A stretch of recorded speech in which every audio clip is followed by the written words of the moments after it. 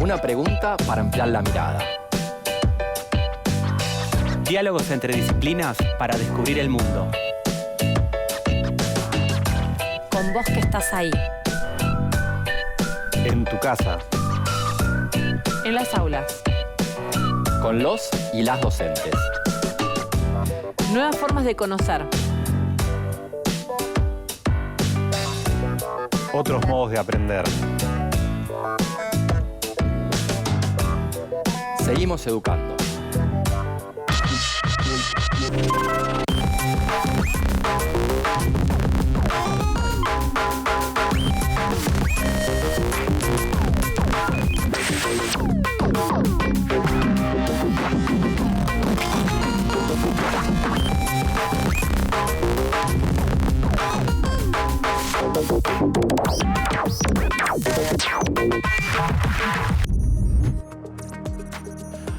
Hoy, junto con Ana, profesora de Educación Sexual Integral, y Ale, profe de Geografía, nos preguntamos, mujeres organizadas, ¿quién podrá detenerlas?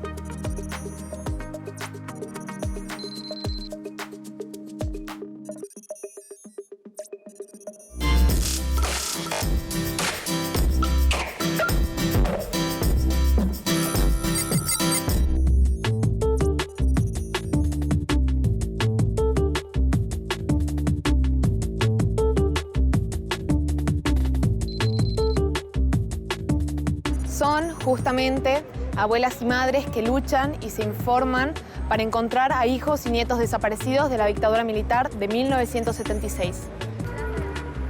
Son familiares, en este caso abuelas y madres justamente que tienen a sus nietos o a sus hijas que tuvieron a sus nietos desaparecidos o desaparecidas en la última dictadura cívico-militar que ocurrió en nuestro país. Son mujeres que se organizaron durante la última dictadura militar con el fin de encontrar a sus nietos e hijos desaparecidos. Sí conozco, fue en 1977 cuando después de un año de dictadura y de hijos desaparecidos se posicionaron en la Plaza de Mayo para reclamar respuesta. Conozco que surgió un año después del estallo del golpe militar, cuando estas madres y abuelas se organizaron para buscar información y conocer respecto al paradero de estas personas desaparecidas, y sé que se identificaban y se congregaban por reconocerse a través de los pañuelos blancos. Conozco Mujeres por Mujeres, FEN, que es una organización feminista de estudiantes secundarias, y Ni Una Menos. Conozco otras organizaciones como por ejemplo FEN y FES, que son organizaciones feministas secundarias, y también obviamente Ni Una Menos. Bueno, por la militancia en la Unión de Estudiantes Secundarios de acá de Tucumán conozco a Ni Una Menos y Muchachas Peronistas, y también la FES y la FEN, que son dos grupos feministas de escuelas secundarias de acá de Tucumán.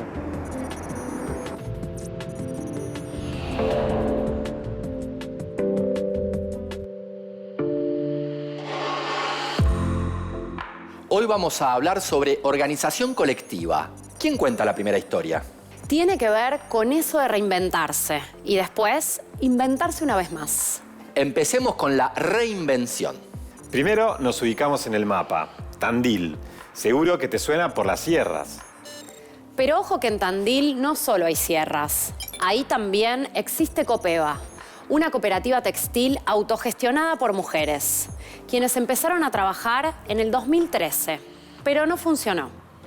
¿Pero cómo? La idea era mostrar historias de fuerza colectiva. Espera, porque en 2017, cuando en la provincia de Buenos Aires se prohibió el uso de bolsas de plástico, se inventaron otra vez. A ver, quiero saber más cómo sigue esa historia. Claro, las mujeres de Copeva se presentaron ante las autoridades de la ciudad y se ofrecieron para producir bolsas reutilizables. Fue entonces cuando se volvió a conformar el espacio con personas que trabajaban en los barrios y otras compañeras se sumaron. Hoy confeccionan fundas, batas, repasadores, bolsos, mantelería, ropa de trabajo, delantales y pañuelos. Realizan pañuelos con estampas que después usan otras mujeres cuando dan sus propias peleas. Hay en nuestra historia ejemplos enormes de luchas colectivas que tienen como protagonistas a las mujeres y otras identidades de género. La socióloga argentina Elizabeth Schelling explica que estos grupos se van formando de a poco y que al mismo tiempo que se van organizando, van elaborando sus demandas, encontrando así la forma de acción ideal para expresarse. Por ejemplo, en Argentina, un pañuelo blanco no es solo un pañuelo blanco. Es un símbolo histórico de lucha colectiva. ¿Qué fórmula se activa cuando las mujeres deciden juntarse y resistir? Surgen relatos que rompen fronteras y llegan a todas partes. La lucha de las mujeres en Argentina tiene una larga tradición que puede rastrearse hasta los orígenes mismos de la independencia. En el siglo XX se obtuvieron avances significativos en los derechos políticos, civiles y en la igualdad de género.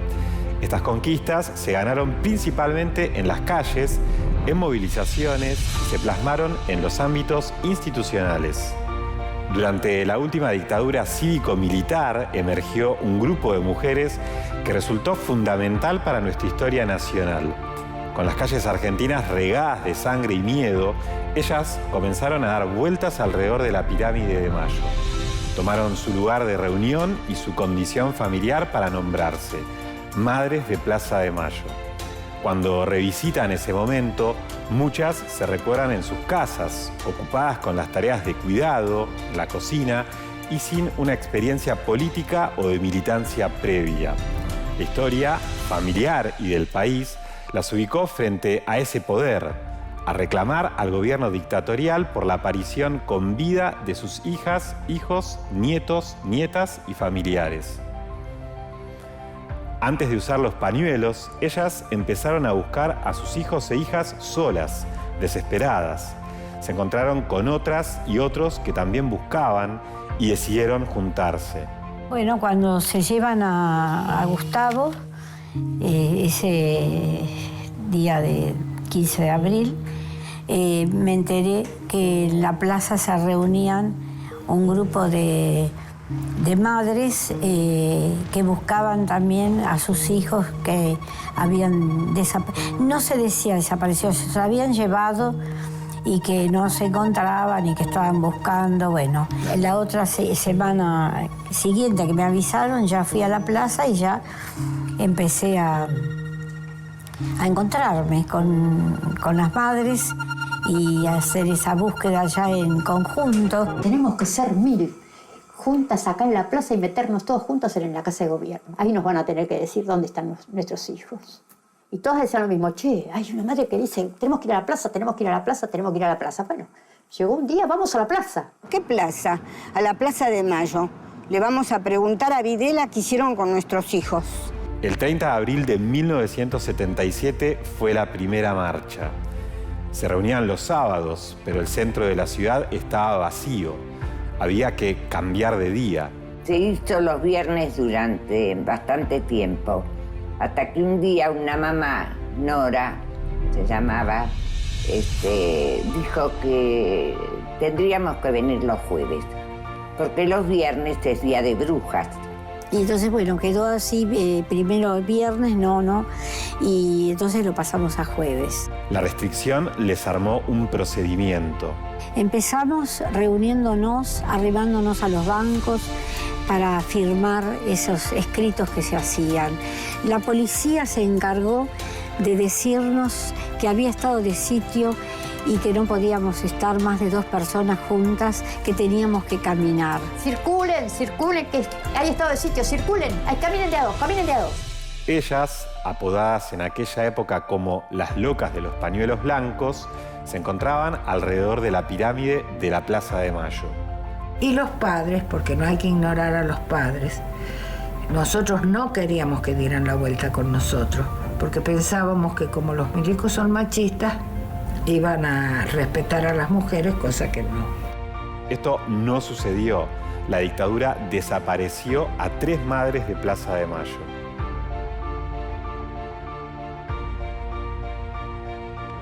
En la dictadura las marchas se hacían con miedo, porque andar en la calle era difícil, y más los familiares, que éramos los que teníamos que salir a la calle porque somos los que estábamos padeciendo la desaparición de nuestra familia. Al comienzo eran pocas. Yo salía de mi trabajo, llegaba a la plaza, me ponía el pañuelito y ahí empezamos, que de a poquito nos dimos cuenta que éramos muchas. No era que éramos 5 o 6 madres, era una cantidad. Las madres, las abuelas y las mujeres que en su condición de madres formaron parte de otros organismos de derechos humanos se convirtieron en un nuevo sujeto político. En realidad nosotros, ni bien empezó a salir en los medios que las locas de Plaza de Mayo estaban otra vez en la plaza, empezamos a decir que sí, estábamos locas de amor, de pasión por buscarlos, de querer a nuestros hijos, y que no nos importaba que nos llamaran locas. Convirtieron relaciones familiares en lazos de militancia. Crearon espacios de resistencia justo ahí en donde dominaba el terror. Se organizaron, insistieron. ¿Quién las puede detener?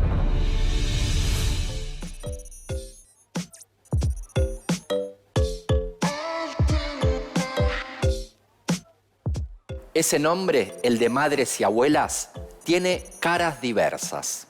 Porque son las madres y abuelas de sus hijos, hijas, nietos y nietas.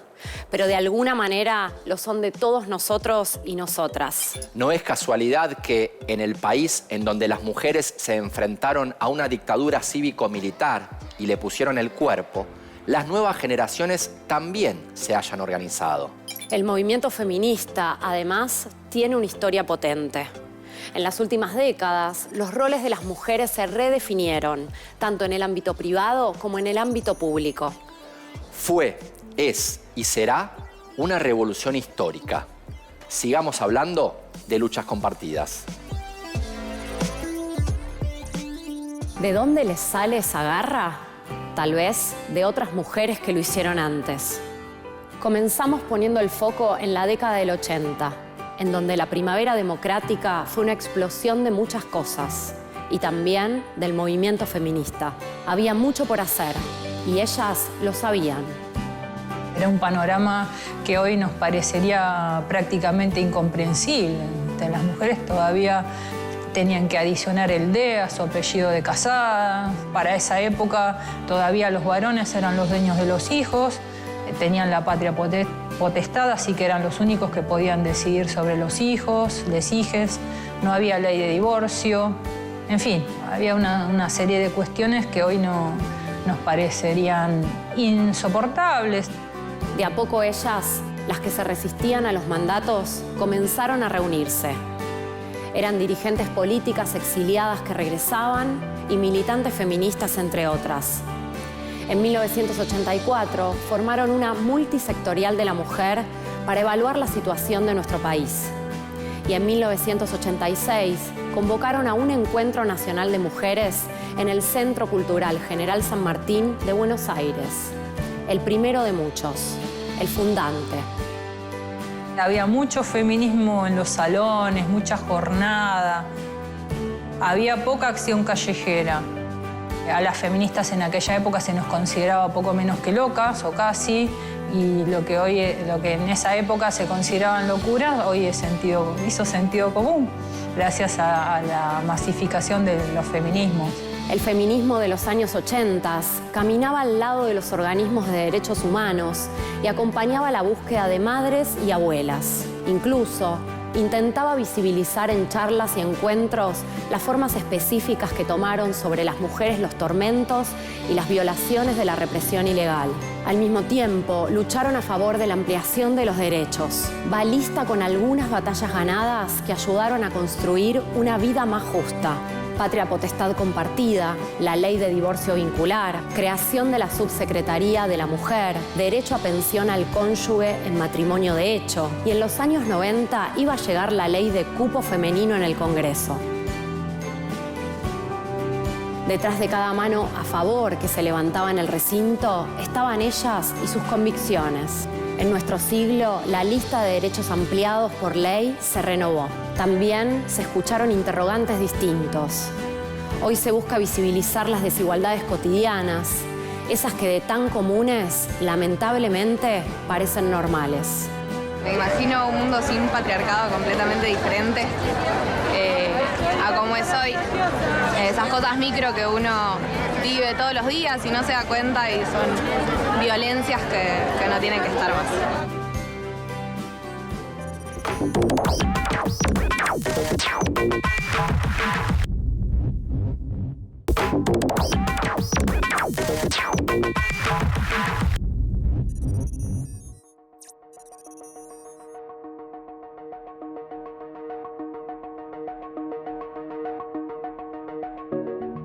Muchas madres relatan que no militaban antes de comenzar a reclamar por la aparición de sus hijos e hijas, e incluso no se reconocían como feministas. Es cierto, pero el movimiento feminista, que ya contaba con una importante tradición de lucha en nuestro país, para fines de los años 70 era cada vez más potente. Incluso varias agrupaciones feministas fueron fundamentales para la transición democrática, si bien no eran expresiones multitudinarias como las que vemos hoy. Ya en los años 80 confluyeron en el movimiento feminista militantes de los tempranos años 70, militantes que llegaron del exilio y también mujeres sin militancia previa que se incorporaron al feminismo en ese contexto de mayor apertura democrática y política. Repasemos esas organizaciones. En 1982 fueron creadas la Asociación de Trabajo y Estudio de la Mujer, ATEM, 25 de noviembre y Libera. En 1983, Lugar de Mujer, el programa de investigación sobre la mujer argentina, Prisma, y el Tribunal de Violencia contra la Mujer. Allí se acuñó tempranamente el concepto de femicidio para referirse a la especificidad de esos crímenes. ¿Cuáles eran los reclamos por entonces? Hoy podemos decir que se tratan de derechos adquiridos, pero en ese momento eran conquistas que parecían lejanas. Patria potestad compartida, reconocimiento de hijos extramatrimoniales, divorcio, interrupción voluntaria del embarazo y también luchas que continúan, como los reclamos por una mayor igualdad de oportunidades y posiciones en el trabajo o la eliminación de todas las formas de violencia por motivos de género. Vemos varias continuidades y también algunas particularidades.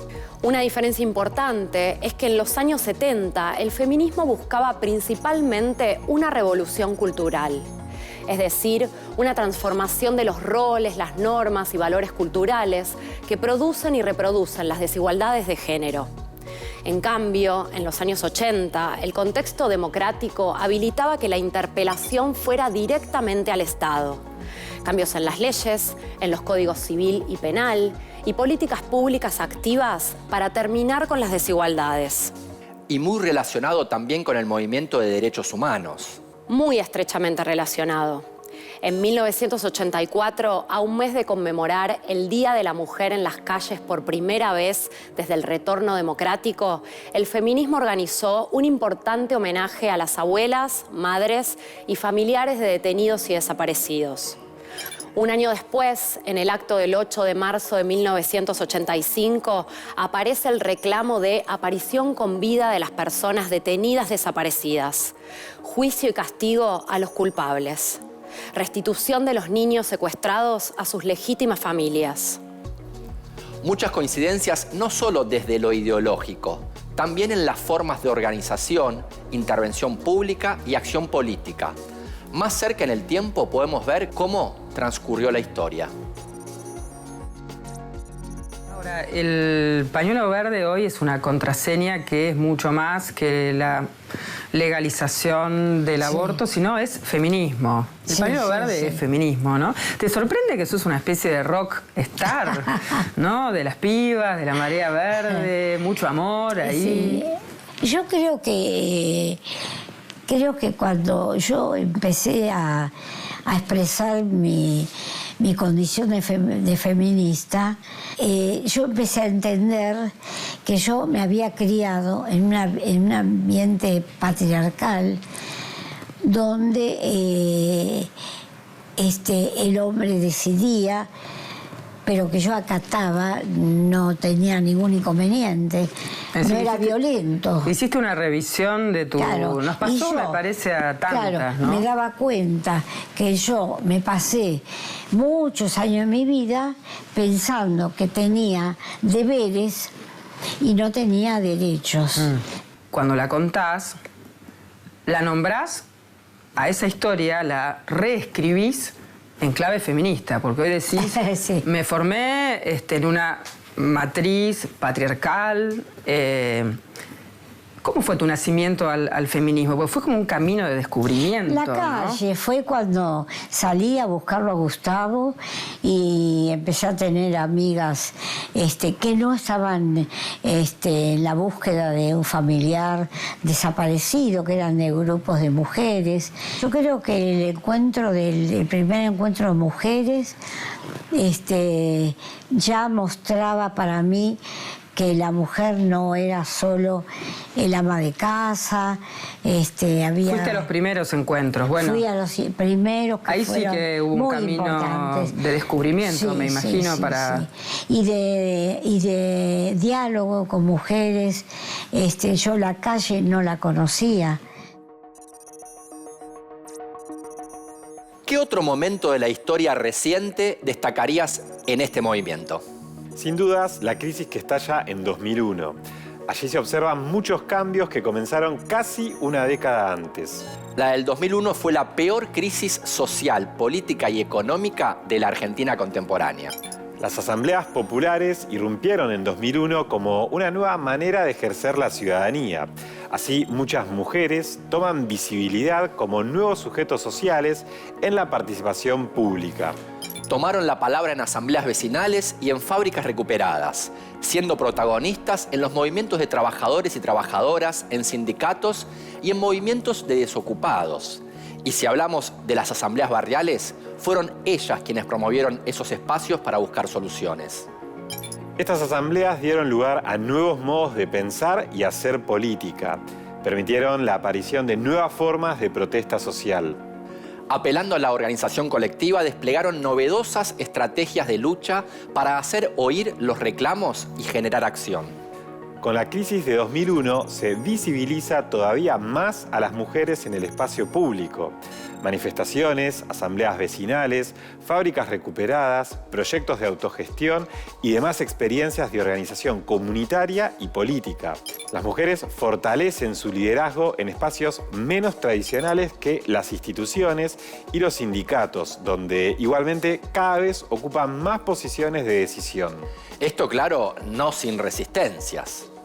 Por supuesto, pero esos espacios barriales y comunitarios tienen también otras lógicas de funcionamiento. Son espacios con mayores lazos de solidaridad y horizontalidad. Nuevamente, el salto del espacio privado del hogar a lo público. El año pasado estábamos en Trelew cuando distintas compañeras se subieron al escenario para proponernos como sede. ¡Compañera! ¡La Plata los espera! ¡Es necesario que el encuentro vaya a La Plata! Parecía que era clave, sobre todo por la situación que hay en la provincia de Buenos Aires. Y acá queremos transmitirles el grado de persecución que vive en La Plata la comunidad trans y travesti de Argentina. En La Plata, que es un lugar profundamente politizado, las travestis, las trans, las de pueblos originarios, estamos muy organizadas. Veníamos de todo el cordón frutihortícola, que la mayoría son mujeres que laburan en las quintas. Compañera, La Plata las espera, porque en La Plata también hay originaria, hay campesina, donde seguimos expulsando nuestra tierra. Veníamos de una lucha muy grande del astillero, donde las mujeres protagonizaban el no cierre de la fábrica. Acá estamos las trabajadoras del astillero Río Santiago, que venimos siendo cabeza y protagonistas de la lucha. Cuando tuvimos que hablar en Trelew fue emocionante estar ahí arriba y ver a todas las mujeres, ¿no? del país. En ese momento nosotros íbamos con el objetivo de demostrar la pelea que venimos dando las mujeres dentro de la fábrica para mantener nuestro puesto de trabajo junto con el resto de los compañeros. El próximo 34º Encuentro Nacional de Mujeres será en La Plata.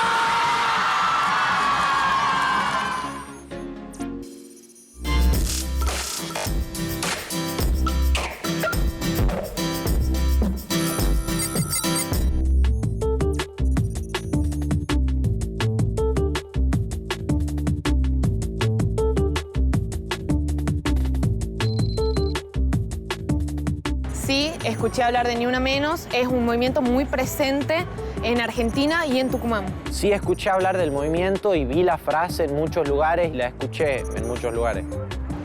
Sí escuché hablar. Considero que es un movimiento muy presente en la sociedad. El movimiento feminista y la relevancia que tomó el último tiempo a nosotros como varones nos hizo repensar un montón de cosas y volver a plantearnos realmente muchas conductas que teníamos y que por ahí seguíamos teniendo en ese momento para cambiarlo, ver desde qué lugar nosotros podíamos aportar quizá o cuál era nuestro lugar en esa lucha, que creo que fue quizá lo más relevante en los últimos años. Para mí y para mi grupo de amigues significó, por un lado y en algunos casos, indiferencia, y por otro lado, para mí principalmente y para mis amigas más cercanas, un espacio al cual tal vez no participábamos explícitamente, pero era saber que ahí había mujeres que no solo confiaban en nosotras, sino que luchaban, creían y nos iban a contener sea lo que sea que nos pase. Ni Una Menos para mí significa tener 10 años y estar preparando carteles para asistir a una de las primeras marchas que se realizan y sentirme empoderada como una mujer pequeña, pero siendo consciente de que el hecho de ser mujer me puede traer consecuencias. Creo que cuando se actúa en colectivo se genera una mayor concientización, ya que tenemos más fuerza al ser demasiados y se llega así a más personas. Sí creo que la organización colectiva logra una transformación social y creo que es la única manera de lograrlo. Sí, yo creo que las organizaciones colectivas son el factor de cambio social y también porque participo de muchas organizaciones y me di cuenta que a veces lo colectivo genera mucho más que lo individual y es también una posibilidad de traernos una sociedad mucho mejor.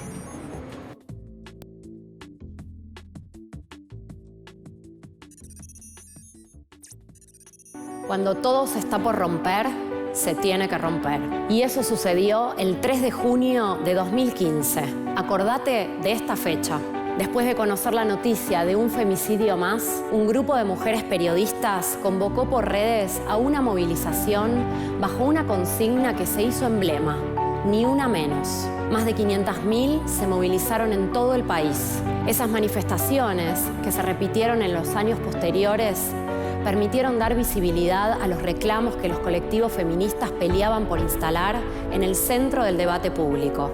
Ni Una Menos es un colectivo que reúne a un conjunto de voluntades feministas, pero también es un movimiento social que nació para decir no. No a la violencia machista, no a los femicidios, no a los transfemicidios y travesticidios. Vino para decir que no existen los crímenes pasionales, para afirmar que son asesinatos por motivos de género. Ni Una Menos es un grito desesperado que se apoya en otros gritos. Gritos insistentes. 3 décadas de encuentros nacionales de mujeres. El empuje de las mujeres organizadas en la campaña nacional por el derecho al aborto legal, seguro y gratuito. Gritos que además se espejan y replican la resistencia de las madres y las abuelas de Plaza de Mayo. Tener información creo que hace la diferencia entre poder salir de la situación de violencia o quedarse en esa situación, o sea, seguir viviendo en la violencia hasta que suceda lo peor. Pretendo todos los días levantarme y ser feliz. Se puede salir y se puede vivir sin violencia. Ni Una Menos.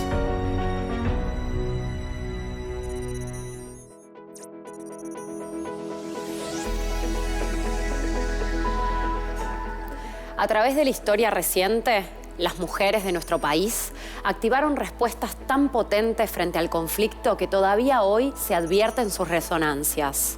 ¿Qué podemos ver en esta trayectoria? Son sujetos políticos y que toman protagonismo histórico a través de la acción. Las madres y abuelas, las trabajadoras organizadas, las feministas de todos los tiempos y nosotras, las de ahora. Crearon innovación en los diferentes contextos.